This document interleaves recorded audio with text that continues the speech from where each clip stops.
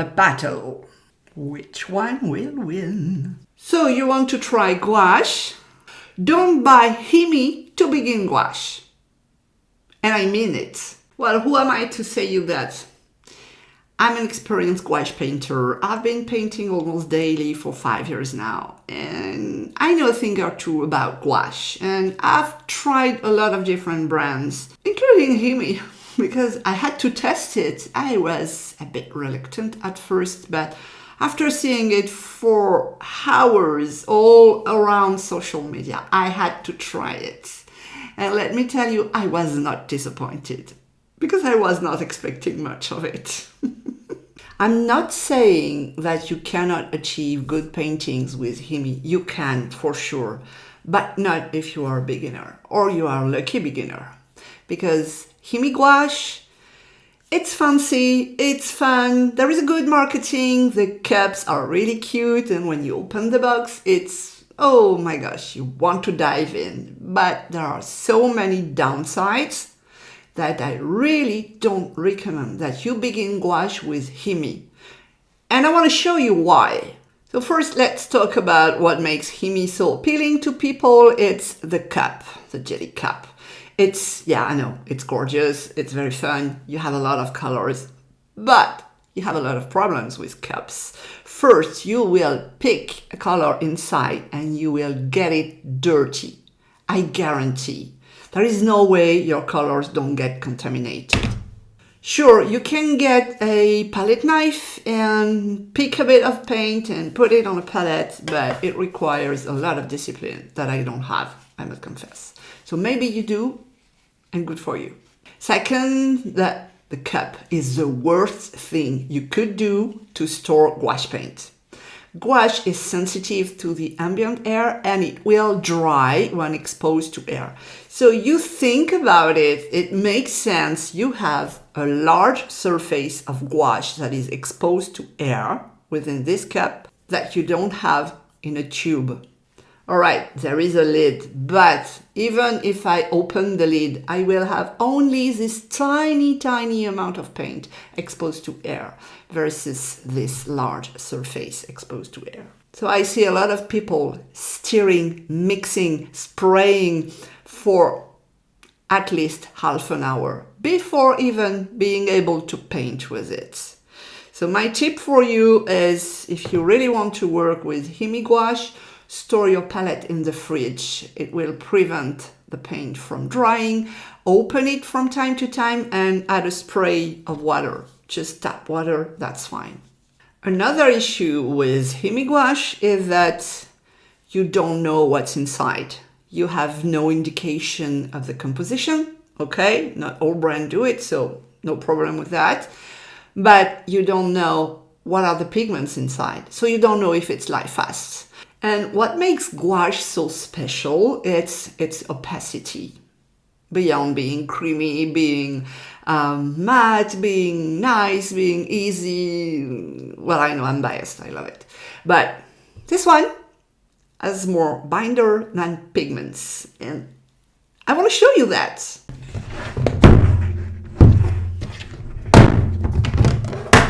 Okay, so let's make a battle between Himi and Holbein. And I want to be fair. I want to get only the same colors. And then I have with Holbein, which is black. So let's take black, which is white. All right, I will be fair and I will get the clean one. Lemon yellow. This one's dirty. And magenta. And this is supposed to be primary cyan, so let's take this one. All right, and this, I will put it aside. So to be fair, I'm using exactly the same paper for both paintings. 2 brushes, one flat, one small round. I will begin by a gradient in the background. Let's see how Himi is doing with gradient. Let's grab a bit of blue, a bit of red. So, okay, here is the first problem. I am grabbing the pink with my dirty brush. I know I should be cleaning it between each color or grab a palette knife. But believe me, you will do it 2-3 times maybe, but very quickly you will stop doing it and you will be picking with your dirty paint inside the other color. Okay, so it's not really the color I expect it to be. I'm trying to make a wash, very liquid. This is how I make this kind of gradient. But I lose the pigments, okay? Now, clean it. Come with some pink and incorporate the pink in the blue.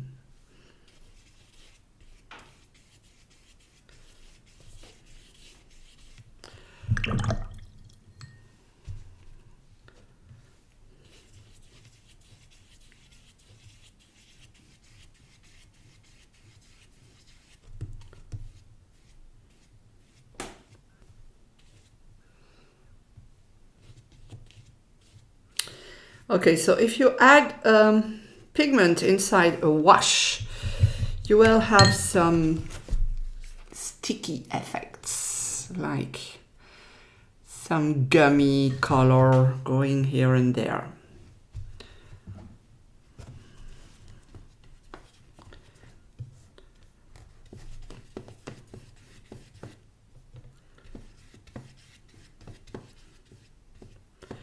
Okay, I think I have to let this dry for a while before adding more colors to it.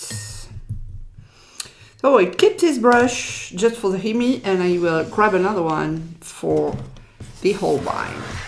Holbein, I will go with a clean palette, the second paper, and I will squeeze a bit. So this is an issue with tubes, is I will certainly be squeezing way too much paint.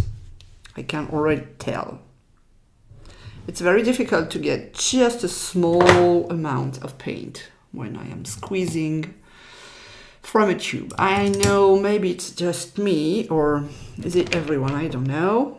And I'm being fair, I'm taking a second glass.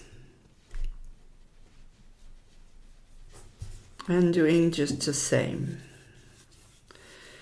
All right, so you cannot feel it because you are not painting, but I am painting. And I can already tell you that the paint is really flowing on the paper very well.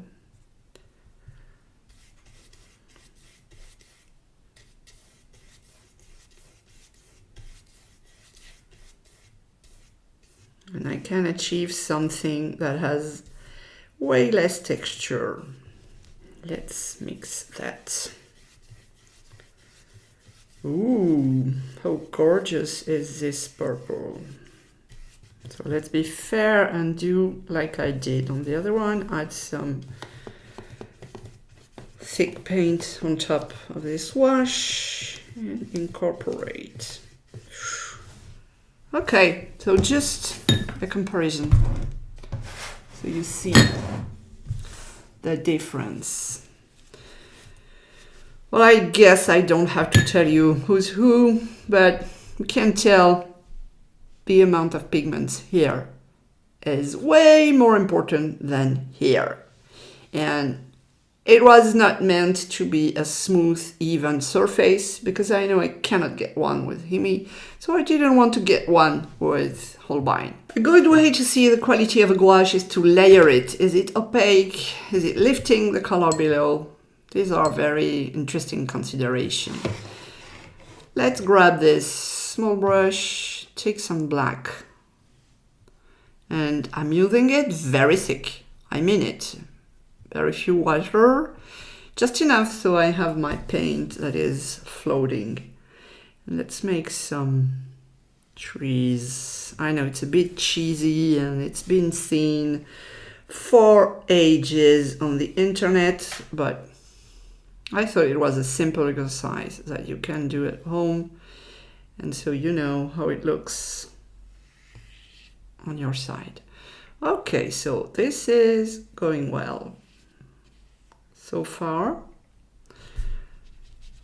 Let's fill this.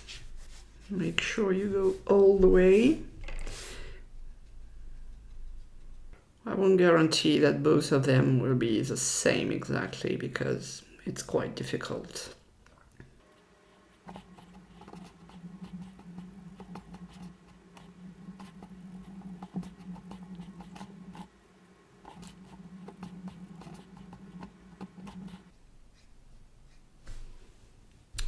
The consistency is kind of difficult to control. Yeah, I think for the exercise it will be enough. So how is it going? Not bad, I would say. I have some visible brush strokes here. Now let's go for the second one.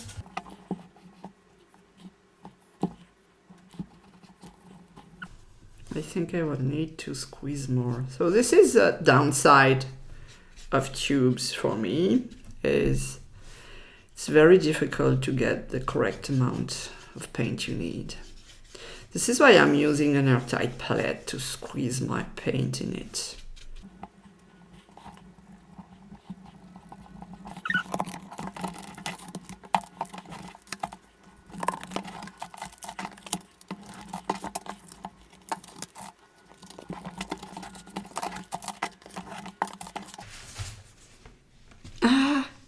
Was not dry.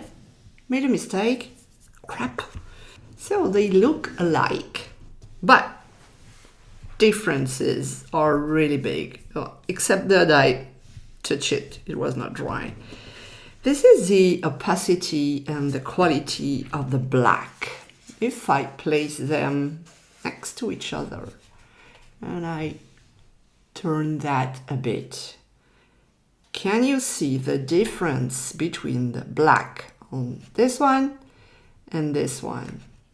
This one is velvety, it's really a deep dark, and this one has lifted the pink below, so it's getting a bit dull, not as velvety as the black one.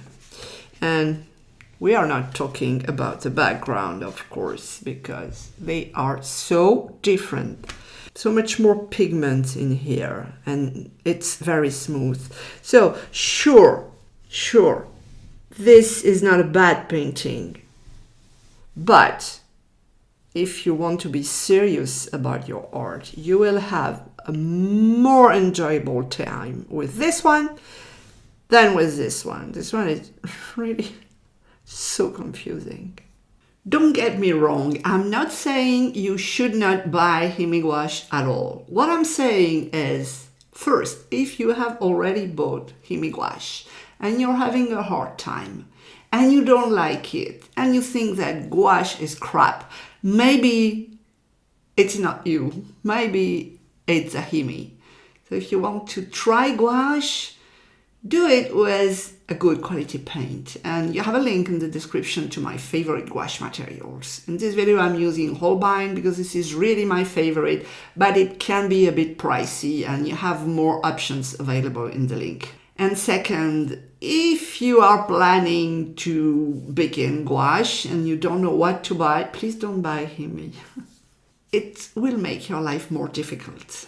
But I know some of you, as beginners, are able to achieve great results with Himi gouache. And this is good for you, and congratulations, because I cannot do it. And I would say I'm quite of an experienced gouache painter. And I understand the budget issue, but if you look closely at it, you can get something of a better quality for the same price, exactly.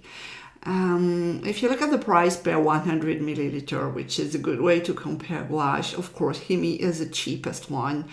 but it has so many downsides and you are losing actually a lot of paint if you think about it, because you are not using all the colors inside. Second, it will dry at some point, so you will lose it. You will never get back to the creamy consistency, which is the really good point about gouache. If you want to use gouache as watercolor, just buy watercolor. It will be easier. I know I'm ranting a lot today, but I'm sick of seeing so many people saying they don't like gouache just because of Himi. But you do what you want. I'm not here to tell you what to do. You can make your own decision with some insights. Let me know in comments, do you agree or not? But please be nice. I don't like mean comments. Thank you. Bye. Au revoir.